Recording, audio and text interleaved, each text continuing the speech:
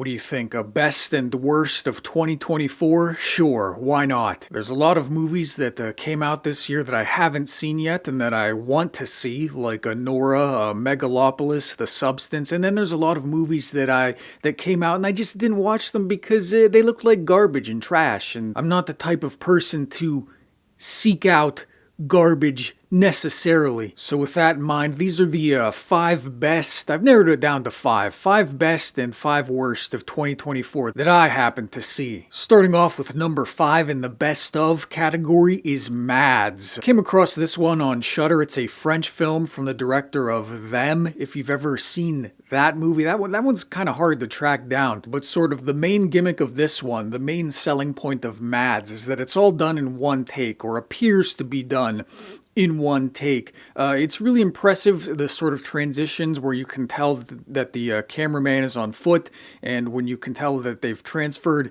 to a vehicle at some point. So that was pretty impressive. It's a very impressively choreographed film. It's certainly more ambitious than a lot of other direct-to-streaming movies on Shudder. A lot of the movies on Shudder, they're the sort of spooky, slow burn, shot in one location, trying to do the least amount of work to qualify as a film, but I feel like Mads was quite ambitious in the way it sort of follows the initial outbreak of a kind of zombie virus, in one continuous, very sort of kinetic piece of camera work. Number 4 is Look Back. This is an animated film, very short but sweet. I believe it's from the creator of Chainsaw Man. It follows 2 young women dreaming to become manga artists. One does the backgrounds and the other does the characters in it. And if you are an artist, if you are an aspiring artist at all, I think this is a movie that really just hits like a punch in the gut. It really sort of taps into that,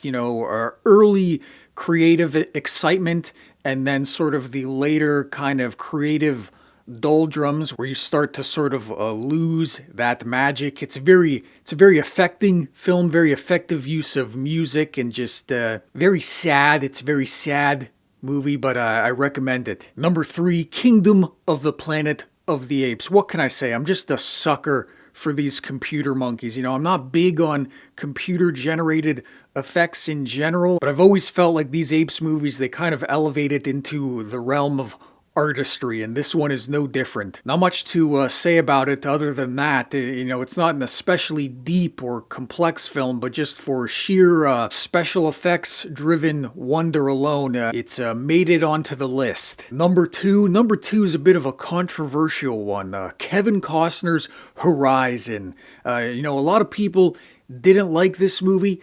Those people are wrong. Horizon is about the settling of the American West, told from multiple points of view. You've got the point of view of the settlers, you've got the point of view of the Native Americans, you've got Kevin Costner as sort of a errant drifter, sodbuster, you have the sort of virtuous lady of the night. It's a very sort of a classical, old-fashioned style of film, harkening back to the films of Howard Hawks and John Ford, honoring a lot of staples of the traditional American Western, while also sort of, again, offering a scope and complexity that you don't often get, especially when you consider the kind of scope of the project, when you consider that this is just part 1. That is, of course, one of the drawbacks is it is only sort of part of a story. But I feel like even this part of a story has much more going on for it than a lot of other movies that come out nowadays. It's really kind of a movie lover's movie, I feel like. The type of movie where you just say to yourself,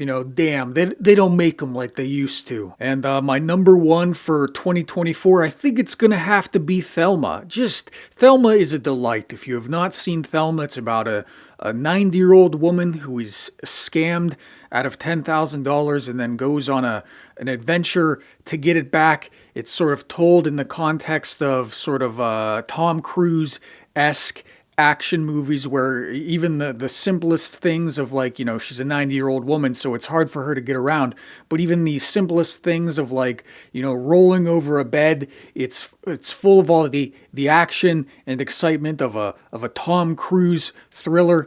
And what I like about this movie is it's just nice. It is generally upbeat. When people talk about movies that garner a certain prestige, that are beloved by both critics and audiences, they're usually kind of dour. They're very sort of serious. There's the flashing lights of this is a serious movie with something to say. Whereas Thelma, it is saying something, but the way that in which it is saying it, it is a movie that likes people. It is an uplifting film, which I feel is kind of unusual. It's a hard tone to communicate, I think. A feeling of sort of goodness that isn't like schmaltzy or reductive, I guess is the word I'm looking for. Also, you don't get a lot of movies that are just told from an older person's perspective, especially a 90-year-old woman. How many 90-year-old women are starring in movies nowadays? Not many. So, for all those reasons, I think that's why Thelma is going to be at the top of my list for 2024. Okay, now moving on to the worst movies that I saw in 2024. The movies that I thought were just huge stinkers and that I did not quite care for. Some of these might be a little controversial. Others are, I don't think I'm in the minority on them. But anyway, number 5 is Carry On. There might be a bit of recency bias with this one.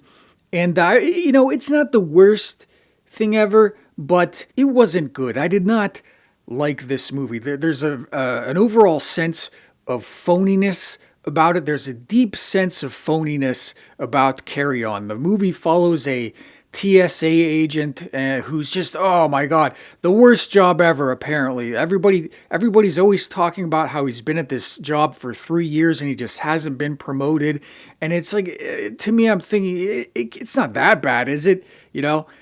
Jason Bateman is constantly reiterating, like, you're a loser, Taron Egerton, and it's one of those movies. They talk about the second screen movies nowadays where characters have to constantly reiterate what they're doing, how they're feeling. They have to constantly reiterate the plot because, the average viewer is kind of watching the movie with one eye, scrolling on their phones with another. And I felt some of that with Carry On. It's a very stupid, very unsubtle film that I did not enjoy. Anyway, number 4 is Smile 2. I remember enjoying the first Smile well enough, but this sequel, it's basically Perfect Blue. You've seen Perfect Blue, right? You've seen Black Swan. It's basically just another iteration of that, but sort of latched on to this burgeoning Smile franchise, I guess. The scene that really bugged the shit out of me was like the interpretive dance scene where like the dancers come out and they're all the Smile monsters, and I feel like the ending was like maybe unintentionally. Was I supposed to laugh at that? I mean, I guess any sort of reaction to a film, is a valid one, but the scene at the end where the monster appears on stage, there was something, it reminded me of Jim Henson. Suddenly you're watching a Jim Henson movie where there's a giant weird puppet and the woman is, I don't know, I didn't like Smile 2. Number 3 here is Woman of the Hour, starring and directing Anna Kendrick. Woman of the Hour, there was some stuff that I liked about it. It is suitably creepy. The guy is suitably creepy. Those scenes involving the serial killer, they were very effective. They were suitably unnerving. Where the movie falls short, I think, is in overreaching and trying to become this sort of psychological pastiche of feminist anxiety where every man is some sort of bad and wrong, and Anna Kendrick is smart and sassy. The whole thing becomes a sort of a mindscape of modern feminine neurosis, and it was just really heavy-handed. Number 2 is RedOne. I said that I don't seek out obviously bad movies on purpose, but this time I did. I figured, it's Christmas time.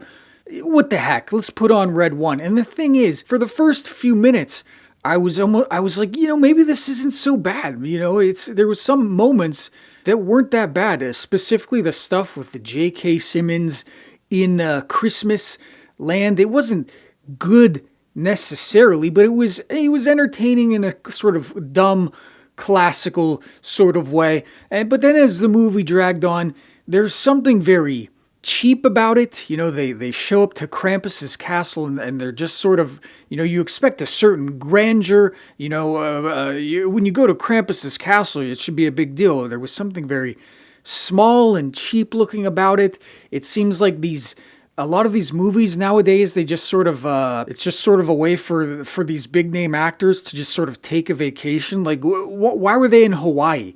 Why does a part of the film need to take place in Hawaii? I don't know, just so The Rock and Chris Evans can take a vacation. I don't know. Drek, RedOne, number 2. Okay, and number 1. Number 1 feels like a low-hanging fruit. You struggle to think back. What were the worst movies that I saw this year? Rebel Moon, fine. Rebel Moon, technically part 1 was 2023, but part 2 was 2024. This was the one that I decided on for the worst of 2024. When you consider the amount of resources spent, when you consider the amount of time and money and ambition that is dedicated to a project, and then you consider the end result, I don't know. It's probably Rebel Moon. This is almost the anti-Horizon. A two-part sweeping extravaganza. Well, that tries to be sweeping, that tries to be grand, but just comes off as derivative pastiche.